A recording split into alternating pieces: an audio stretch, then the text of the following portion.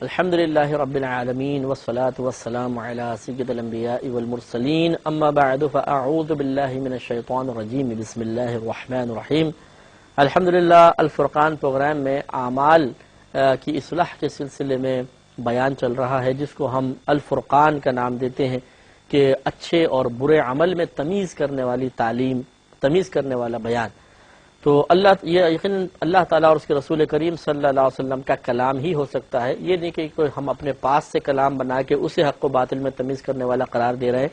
بلکہ اللہ تعالیٰ کی تعلیم، اس کے حبیب کریم صلی اللہ علیہ وسلم کا اللہ کی طرف سے لایا ہوا پیغام آپ تک پہنچا رہے ہیں، تاکہ اس کی روشنی میں ہم اچھے اور برے اعمال کی پہچان کرنے کے بعد اللہ تعالیٰ کی بارگاہ میں اپنے آپ کو مقبول بنوانے میں کامیاب ہو جائیں۔ تو پچھلے پروگرام میں پہلے ہم نے کچھ پروگرامز میں اخلاص کے بارے میں بتایا کہ نیت اگر خالص رکھی جائے، یعنی وہ نیک عمل جس سے وہ بھی کوئی بھی ایسا عمل کہ جو اللہ کی رضا کی خاطر کیا جانا چاہیے اور وہ اللہ تعالیٰ کی بارگاہ میں ہمیں مقبول بنا سکتا ہو، اسے صرف اور صرف اللہ کے لیے ہی کرنا چاہیے، کسی مخلوق کی رضا کی خاطر نہیں کرنا چاہیے، ورنہ یہ ریاکاری کہلاتا ہے اور شرک خفی سے اس کو تعبیر کیا گیا ہے۔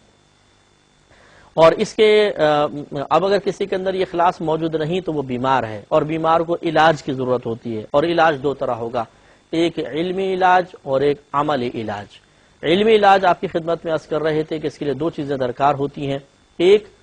ترغیب، دوسرا ترہیب۔ ترغیب کا مطلب کسی چیز کو ذکر کر کے کسی کو مائل کرنا، اس کو ترغیب کہتے ہیں، اور ترہیب کا مطلب ہوتا ہے ڈرانا۔ تو ترغیب کے اندر تو اخلاص کے فضائل آپ کی خدمت میں عرض کیے، اور اب ترہیب کا سلسلہ چل رہا تھا کہ اخلاص کو ترک کرنے پر کیا عذاب، کیا وعیدیں ہوتی ہیں، وہ انشاءاللہ عرض کریں گے، کیونکہ ہم نے آپ کو بتایا تھا کہ ہمارے نفس کی مثال ایک بچے کی سی ہے۔ جیسے چھوٹا سا بچہ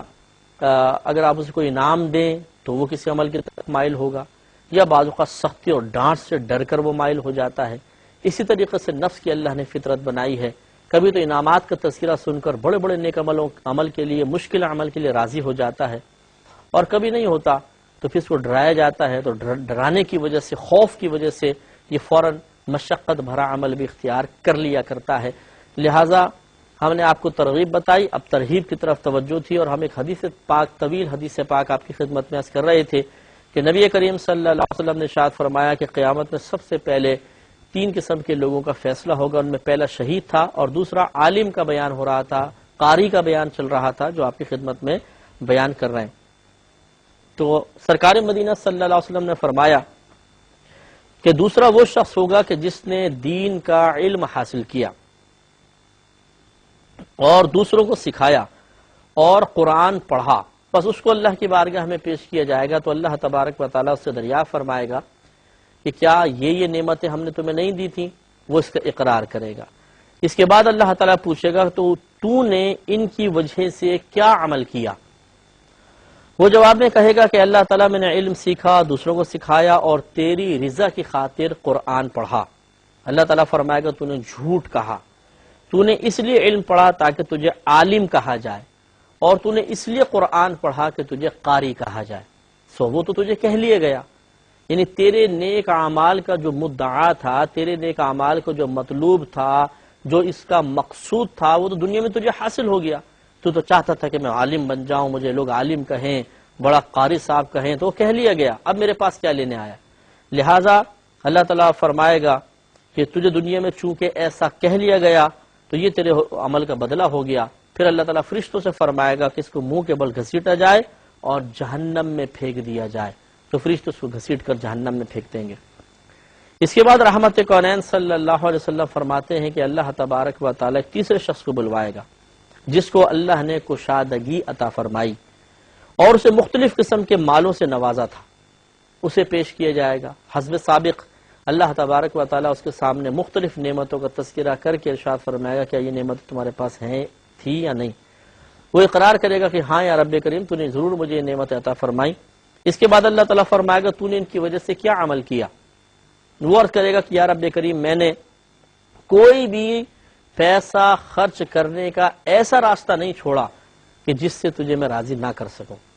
یعنی ہر اس مقام پہ پیسہ خرچ کیا کہ جہاں پیسہ خرچ کرنا تیری رضا کا سبب بن سکتا تھا۔ اللہ تعالیٰ فرمائے گا تو نے جھوٹ کہا،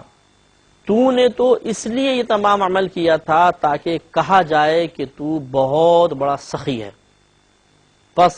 یہ تو تجھے کہہ لیا گیا۔ پھر اللہ تعالیٰ فرشتوں سے حکم فرمائے گا، فرشتوں کو حکم فرمائے گا کہ اس کو اٹھاؤ اور اس کو بھی جہنم میں پھینک دو، تو فرشتے منہ کے بل گھسیٹ کر اس کو بھی جہنم میں پھینک دیں گے۔ تو دیکھیں، غور فرمائیے کہ یہ کتنا عبرت انگیز یہ حدیث پاک ہے کہ ایک شخص شہید ہوا، ایک نے کافی عرصے تک علم سیکھا، قرآن پڑھا زندگی بھر اور قاری اور عالم کہلایا اور سیکھا بھی سکھایا بھی، اور تیسرا اس نے اپنا مال جو سب سے محبوب شے ہوتی ہے وہ خرچ کیا، لیکن ان تینوں کا ٹھکانہ جہنم ہوا۔ وجہ وہی ہے کہ جس کے عمل میں اخلاص نہیں ہوگا، جس کی نیت میں اخلاص نہیں ہوگا، اللہ تعالیٰ کو ہمارے عمل کی کوئی حاجت نہیں۔ اگر ہم یہ سمجھتے ہیں کہ معاذ اللہ ہم نے کوئی نمازیں پڑھ کے، روزے رکھ کے، حج کر کے، زکوٰۃ دے کر اللہ تعالیٰ پر احسان کر لیا، تو انتہائی پست ذہنی کی ایک علامت ہے کہ اللہ تعالیٰ کے تو لا تعداد فرشتے، جن کی تعداد حقیقتاً اللہ تعالیٰ جانتا ہے یا اس کے رسول کریم صلی اللہ علیہ وسلم اس کے بتائے سے جانتے ہوں تو الگ بات ہے، ورنہ ہم کہاں جانتے ہیں؟ اتنی مخلوق ہے جس کی کوئی انتہا نہیں، اور وہ سب اس کی عبادات میں لگے ہوئے ہیں۔ بلکہ صحیح حدیث کے اندر ہے کہ نبی کریم صلی اللہ علیہ وسلم نے ارشاد فرمایا کہ اللہ تعالیٰ کے بعض فرشتے حالت قیام میں ہیں، کھڑے ہیں، یہ کھڑے ہی رہیں گے، بعض حالت رکوع میں ہیں، یہ رکوع میں رہیں گے، بعض حالت سجدہ میں ہیں، وہ سجدے میں رہیں گے۔ اب آپ بتائیے اللہ کو کیا کمی ہے؟ تو اگر آپ اور میں یہ سمجھتے ہیں کہ 2 ٹکے خرچ کر کے 2 سجدے زمین پہ کرنے کے بعد، تھوڑا بہت نیک عمل کرنے کے بعد شاید ہم نے کوئی اللہ پہ احسان کر دیا، تو یہ بہت ہی افسوس کی بات ہے اور پست ذہنی کی بات ہے، ایسا نہیں ہونا چاہیے، بلکہ یہ اللہ کا احسان تصور کرنا چاہیے کہ اس نے نیک عمل کے ہمیں توفیق عطا فرمائی۔ تو یہ ہمارے نیک عمل جب ہم کرتے ہیں، اگر ہم غور و تفکر کیے بغیر کریں گے اور صرف نام و نمود چاہیے، اپنا بڑا پن چاہیے، تو پھر یاد رکھیے کہ یہ نیک عمل ضائع ہو جائیں گے اور اللہ تعالیٰ اس پر بروز قیامت ہماری گرفت فرمائے گا اور ہمارا ٹھکانہ جہنم ہوگا۔ تو جب آپ ٹائم نکال رہے ہیں، جسمانی محنت، مشقت، گھر والوں کی وقت جدائی برداشت کی جا رہی ہے، اتنا ٹائم لگا رہے ہیں انسان کسی نیک عمل میں، اپنا مال خرچ کر رہے ہیں اور وہ بھی پھر ضائع ہو جائے، تو یہ انتہائی غیر مناسب بات ہے۔ اس لیے صحیح بات یہ ہے کہ الفاظ ہمیں ذہن میں رکھنے چاہیے کہ کاش ہم اپنے اعمال کو بیچنا چھوڑ دیں، کاش ہم اپنے اعمال کا دنیا میں ہی سودا کرنا چھوڑ دیں۔ اور اس نیک اعمال کا سودا کیا ہے؟ لوگوں کے تعریفی جملے، ان کے درمیان مرکز نگاہ بننے کی مکروہ سوچ، ان سے مختلف دنیاوی فائدے حاصل کرنے کی سوچ، کہ بعض اوقات اس کے لیے بھی انسان ریاکاری کرتا ہے۔ عام حالت میں ہوتا تو شاید ایک عامل نماز نہ پڑھتا، لیکن لوگوں کے سامنے اس لیے پڑھ رہا تھا کہ لوگ کہیں بڑا بزرگ آدمی، نیک آدمی، اور پھر آستانہ بھرا رہے۔ اس لیے اگر وہ نیک عمل کر رہا ہے تو یہ بڑا مطلب ہے کہ اپنے نیک عمل کو بیچنے والا ہی کہلائے گا۔ ایسے شخص کی سزا جہنم کا ٹھکانہ ہے۔ آپ بھی محاسبہ کریں، میں بھی سوچتا ہوں کہ سابقہ زندگی میں کچھ عمل ایسے تو نہیں تھے کہ جن میں مخلوق خدا کو راضی کرنا مقصود تھا، شوہر کو، بیوی کو، بچوں کو، ماں باپ کو، بھائی بہن کو، دوست احباب کو، آفس فیکٹری میں ساتھ کام کرنے والوں کو، اپنے ماتحت کو یا اپنے افسر کو، اپنے شاگرد کو یا اپنے ٹیچر کو یا عام لوگوں کو۔ تو یہ تمام غور و تفکر جب کریں گے تو معلوم ہوگا کہ بہت سے نیک اعمال میں ہم ریاکاری کے مرتکب ہوئے تھے، اس پر توبہ کرنی ہوگی۔ مزید حدیث پاک سماعت فرمائے کہ حضرت جندب رضی اللہ تعالی عنہ اس کے راوی ہیں، جندب بن عبداللہ بن سفیان، اور روایت صحیح بخاری کی ہے، کتاب الرقاق باب الریا والسمع سے یہ روایت ہے۔ نبی کریم صلی اللہ علیہ وسلم نے ارشاد فرمایا کہ جو شخص دکھلاوے کے لیے کوئی عمل کرتا ہے تو اللہ تبارک و تعالی اسے قیامت کے دن رسوا کر دے گا، اور جو نیک عمل لوگوں کی نظروں میں بڑا بننے کے لیے کرتا ہے تو اللہ تبارک و تعالی اس کے چھپے عیبوں کو لوگوں کے سامنے ظاہر کر دے گا۔ تو اب غور فرمائیں، پہلی بات، دکھاوے کے لیے عمل کرتا ہے تو اللہ تعالیٰ قیامت میں رسوا کرے گا۔ رسوا کرنے کا مطلب 2 طرح کا ہو سکتا ہے۔ ایک اعلانیہ طور پر اس کو جرم کو بیان کیا جائے تو سب لوگ دیکھیں اور اس میں رسوائی محسوس ہو۔ ایک یہ کہ سب کے سامنے تو اعلان نہ کیا جائے، بلکہ انسان خود اپنے آپ کو ضمیر کی ملامت میں مبتلا دیکھ کر دوسروں کے سامنے خود رسوائی محسوس کرے۔ جیسے ایک شریف آدمی ہو، وہ لوگوں کو نہیں پتہ اس نے کیا کیا، اسے وہیں سے پکڑ کے لے گئے، جرم ثابت ہوا، پولیس والوں نے مارا پیٹا، پھر چھوڑ دیا، اس نے اپنے حلیہ وغیرہ سب درست کر کے اب محلے سے گزر رہا ہے، کسی کو نہیں پتا اس کے ساتھ کیا ہوا، لیکن وہ اپنی نگاہوں میں گرا ہوگا، اس کو خود رسوائی محسوس ہو رہی ہوگی، میں نے کیا کیا، اپنی شرافت کو کھو دیا، اور اگر لوگوں کو پتہ چلے گا بعد میں کتنی بری بات ہوگی. ہو سکتا ہے ساری زندگی پتہ نہ بھی چلے، لیکن خود انسان اپنی نگاہوں میں گر جائے تو یہ بھی ایک بہت بڑی رسوائی ہوتی ہے. دونوں ہی مفہوم نکل سکتے ہیں کہ اللہ تعالیٰ بروز قیامت اس شخص کو خود اس کی نگاہوں میں گرا دے گا جس کی بنا پر وہ سب کے سامنے رسوائی محسوس کرے گا، اور یا پھر جیسے پچھلی روایت میں آپ نے سنا کہ منہ کے بل گھسیٹ کے جہنم میں پھینکا جائے گا. تو اللہ نہ کرے کہ ایسا ہو کہ سب لوگ دیکھیں کہ ارے یہ تو فلاں ہے، اوہو اس کو جہنم میں اٹھا کے پھینک دیا گیا، تو ہم تو اس کو بڑا سخی سمجھتے تھے، یہ تو اچھا، یہ تو جہنم میں چلا گیا. اللہ تعالیٰ آپ کو بھی محفوظ فرمائے، مجھے بھی اس سے محفوظ فرمائے. تو اور اسی طریقے سے سرکار نے فرمایا کہ جو نیک عمل لوگوں کی نگاہوں میں بڑا بننے کے لیے کرے تو اللہ تعالیٰ اس کے چھپے عیبوں کو لوگوں کے سامنے ظاہر کر دے گا. مراد کیا ہے کہ اس کو ذلیل کر دے گا، دنیا میں ذلیل ہو جائے گا. وہ سمجھ رہا ہے کہ میں بڑا بننے کے لیے یہ نیک عمل میں کر کے عزت پا رہا ہوں، لیکن حقیقتاً کوئی ایسا لمحہ آئے گا کہ عزت ذلت میں بدل جائے گی. چنانچہ جو نمازیں پڑھ رہا ہے لوگوں کو دکھانے کے لیے، اور آپ نے دیکھا ہوگا کہ بہت سے ایسے لوگ ہوتے ہیں بابا جی بن کے بیٹھے ہوئے ہیں اور نیک عمل بڑے کر رہے ہیں، لوگ ان کی تعریفیں کر رہے ہیں، بعد میں پتہ چلتا ہے وہ اسمگلنگ کے کیس میں پکڑے گئے، یہ پتہ چلتا ہے کہ کوئی اور مطلب برے فعل کے اندر مبتلا پکڑے گئے. اس قسم کے آپ کو بہت ساری چیزیں نظر آئیں گی. تو ہوتا کیا ہے کہ جو وہ اصل میں اپنی بزرگی قائم رکھنے کے لیے، ایک بڑا پن قائم رکھنے کے لیے، لوگوں کی نگاہوں کے درمیان بڑا بننے کے لیے، اور ان کے ذریعے پھر حاصل ہونے والے فائدوں کے پیش نظر اس قسم کا کام کرتے ہیں کہ ریاکاری کر کے عبادات کرتے ہیں، لیکن پھر اللہ تعالیٰ ان کو کوئی پوشیدہ عیب ظاہر فرما دیتا ہے اور سارے بزرگی زمین پہ گر جاتی ہے. اللہ تعالیٰ اس سے بھی آپ کو اور مجھے تا حیات محفوظ فرمائے، کبھی ایسی ذلت کے قریب نہ جانے. تو اس میں ذرا توجہ فرمانے کی ضرورت ہے. اگر خدا نخواستہ ہم بھی اور خصوصاً بہنیں، ان میں بڑی بیماری ہوتی ہے کہ جہاں شادی بیاہ میں بیٹھیں گی وہاں پہ وہ سنانے کے لیے بڑے بڑے نیک عمل بیان کریں گی تاکہ ہم بڑے بن جائیں، اور ایسی چیزیں دکھائیں گی، کر کے ایسے نیک عمل دکھائیں گی جس سے لوگوں کے اندر، ان کی جو خاندان کی عورتیں ان کے اندر ان کا نام پیدا ہو جائے. تو یہ خیر عورتوں کے ساتھ ہی خاص نہیں ہے، لیکن ان میں زیادہ یہ بیماری دیکھی گئی ہے، مردوں میں بھی ہے. دونوں کو محاسبہ کرنا چاہیے اور اس قسم کے اعمال سے اجتناب کرنا چاہیے. یہ ابو داؤد کی ایک روایت ہے کتاب العلم میں، یہ روایت موجود ہے ریاکاری کی مذمت پر. حضرت ابو ہریرہ رضی اللہ تعالی عنہ ارشاد فرماتے ہیں کہ جو شخص اس علم کو کہ جس کے ذریعے اللہ تبارک و تعالی کی رضا حاصل ہو سکتی تھی، یعنی علم دین سامان حاصل کرے،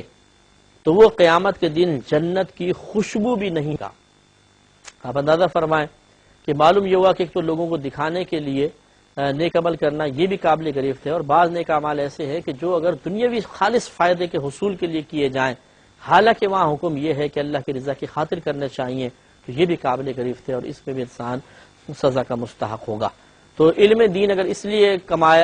حاصل کیا کہ دنیا پیسہ کماؤں گا، لوگوں کو مسائل بتاؤں گا، لوگ میرے محتاج ہو جائیں گے، پھر ان سے پیسہ کمایا جائے گا، معاذ اللہ ثم معاذ اللہ، تو یہ نیت بڑی خطرناک ہے، اور سرکار نے فرمایا وہ جنت کی خوشبو بھی نہیں پا سکتا ہے. اس لیے خصوصاً طالب علم دین کو چاہیے کہ جب وہ دین کا علم سیکھ رہا ہو اس وقت قطعاً یہ نیت نہ کرے کہ جس کے بعد میں تقریریں کروں گا پیسے کماؤں گا، اس کے بعد فلاں کام کروں گا خوب پیسہ آئے گا. لا حول ولا قوت، بس صرف اور صرف اللہ تبارک و تعالی کی رضا کی خاطر انسان نیک عمل کرے، علم دین سیکھے، باقی سارے فائدے خود بخود اس کے ذمن میں اللہ چاہے گا تو انشاءاللہ آپ کو عطا فرما دے گا. تو یہ چند وعیدیں تھیں، اس پر ذرا غور و تفکر فرمائیں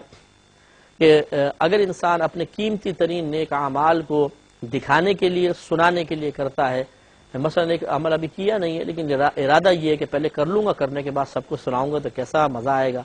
غلط ہے اور یہ نیک عمل کا ثواب ضائع ہوگا. تو یہ علمی علاج کی طرف ہم نے توجہ کی کہ علمی علاج یہی ہے. اور بھی ہیں بعض چیزیں جیسے علمی لحاظ سے کہ آپ اکابرین کے واقعات پڑھیں، اخلاص کے واقعات، ریاکاری سے بچنے کے واقعات، تو اس سے بڑی ترغیب پیدا ہوتی ہے. ٹائم کی کمی کی بنا پہ ہم تمام چیزوں کو نہیں لے رہے، لیکن اس کو ہم نے آپ کو علاج کے طور پہ یہ چیز عرض کر دی ہے. تو علمی علاج تو یہ ہوا کہ اخلاص کی پہچان انسان حاصل کرے، اس کے بعد اس کے فضائل سنے. پھر اس کا علاج میں یہ بھی ہے کہ ریاکاری کی معرفت حاصل کرنے کے بعد اس کی مذمتوں پہ توجہ کرے، اور ایسے بزرگوں کے واقعات سنے جو اخلاص سے بھرپور ہوں، یہ اخلاص پہ خصوصاً توجہ کی گئی ہو، ان کے اقوال کا مطالعہ، اور ریاکاری سے بچنے کے سلسلے میں ان کی کوششوں کا بیان انسان سنے. اس کے علاوہ عملی علاج ہے. عملی علاج یہ ہے کہ جیسے ہم نے آپ کو بتایا کہ جب بھی آپ کوئی نیک عمل کرنے لگے سب سے پہلے اپنی نیت پہ توجہ کریں کہ میں یہ کیوں کر رہا ہوں.